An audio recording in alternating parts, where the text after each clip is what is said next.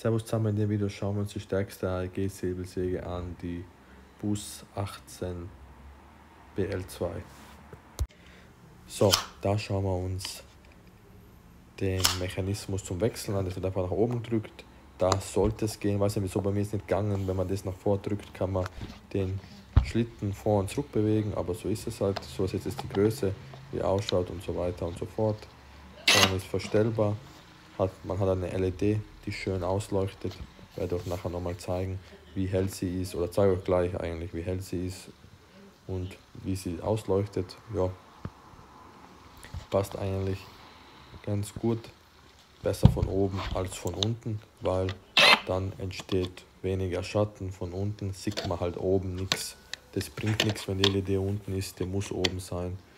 Und ja, da schauen wir uns gleich die Helligkeit an. Helligkeit beträgt 8827 Lux, so gut wie es messen konnte. Vielleicht ist sie heller, wenn man nochmal ein bisschen besser hinkommt, aber so ist es halt. Länge haben wir ungefähr, je nachdem wie man den Schlitten einstellt, 42, 43, 44 cm. Und da schauen wir uns gleich die Höhe an. An der dicksten Stelle sind es um die 9 cm. Und dann schauen wir uns gleich nochmal den Akku an, der ist gigantisch, der 9er, der ist wirklich gut, aber gefällt mir nicht, viel zu groß, 8 cm hoch 8 cm und sehr, sehr lang ist er, ungefähr 12 cm glaube ich waren es, wenn nicht ein bisschen mehr, 12,5 oder so, und hinten ist er 7 cm breit. Säge selbst ist sehr hochwertig verarbeitet, der Sicherheitsmechanismus der Sperrtaste ist gut. Sie ist schön verarbeitet, sie ist aber sehr schwer und sehr frontlastig, was aber eigentlich auch nicht schlecht ist, dann kann man sie selbst arbeiten lassen, man muss nicht selbst Druck drauf geben. Da schauen wir uns die Vibrationswerte an, von der Säge beim Griff vorne und hinten und natürlich was auch an der Hand am Ende ankommt. Da habe ich nochmal nachgeschaut, wo ihr am besten messen sollt, und seitlich packt man sie halt am ehesten, deswegen messe ich auch da den Wert, da wo man sie wahrscheinlich oder die am festesten packt, und dann kommen natürlich Werte 28 Meter pro Sekunde. Oben nochmal zur Sicherheit, damit ihr es auch oben seht, der ist weniger gummiert, schlechter gummiert, der muss viel höher sein. Das ist auch viel höher, ihr seht über 107 Meter pro Sekunde, das ist nicht gut, muss ich sagen. Da messen wir es am Handgelenk gleich und schauen gleich, wie hoch der Wert ist. Da zeige ich euch kurz, braucht man gar nicht messen, bei der ungummierten Stelle über 200 Meter pro Sekunde. Das ist einfach bei jeder Säge eigentlich. Da messen wir es an der gleichen Stelle mehr oder weniger und schauen, wie hoch die Vibrationen sind. Ihr seht 10 Meter pro Sekunde, ziemlich genau. Das ist, vergleichen wir gleich mit den anderen Sägen, die ich bis jetzt getestet habe. Ja. Wichtig zu erwähnen ist ja der Orbitalmodus, der ist wirklich brutal und das ist gut zum Aufhängen, aber den zeige ich euch gleich mit und ohne Orbitalmodus. Wir schauen uns gleich die Tests an. Bis gleich.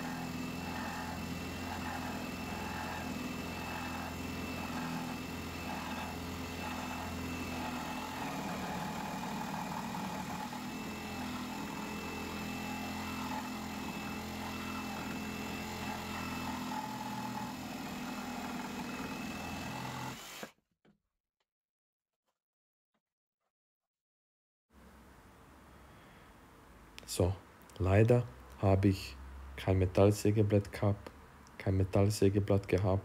während ich die AEG 18BL2 getestet habe.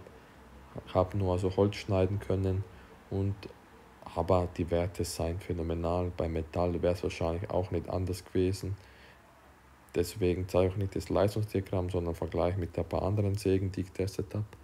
Wie sehen könnt, 24x10 ist sie 30 Sekunden schneller wie die DeWalt und 9 Sekunden schneller als die Einhell.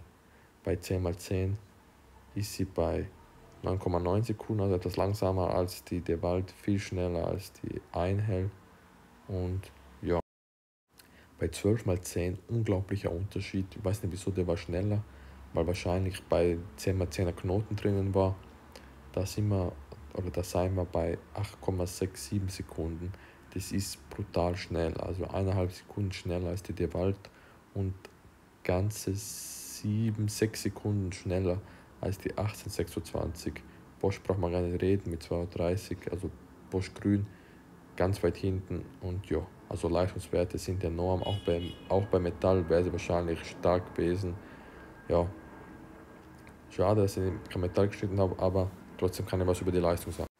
Gewicht ist die schwerste mit 2,8 Kilo und eindeutig auch die kopflastigste. Heißt, man muss sie einfach selbst schneiden lassen, ist auch praktisch, aber kann auch unpraktisch sein, wenn man das nicht haben will, dass sie zu schnell vorangeht. Preis ist eindeutig sehr hoch, 213 € ist sehr hoch, aber 6 Jahre Garantie aufs Gerät und mit Abstand dabei die schnellste Säge, die ich getestet habe. Also ja, wenn man was Schnelles haben will, muss man auch ein bisschen was investieren, aber eine gute Säge. Lautstärke ist sie nichts Besonderes, auch also weder positiv noch negativ, einfach 103 dB, wie die meisten anderen Sägen in der Leistungsklasse. Ja, gibt's nicht viel zu sagen. Beim DeWalt-Video habe ich schon die Vibrationen von der Säbelsäge als negativ abgestempelt. Da ist die AEG deutlich besser mit 10,1 Meter pro Sekunde Vibrationen.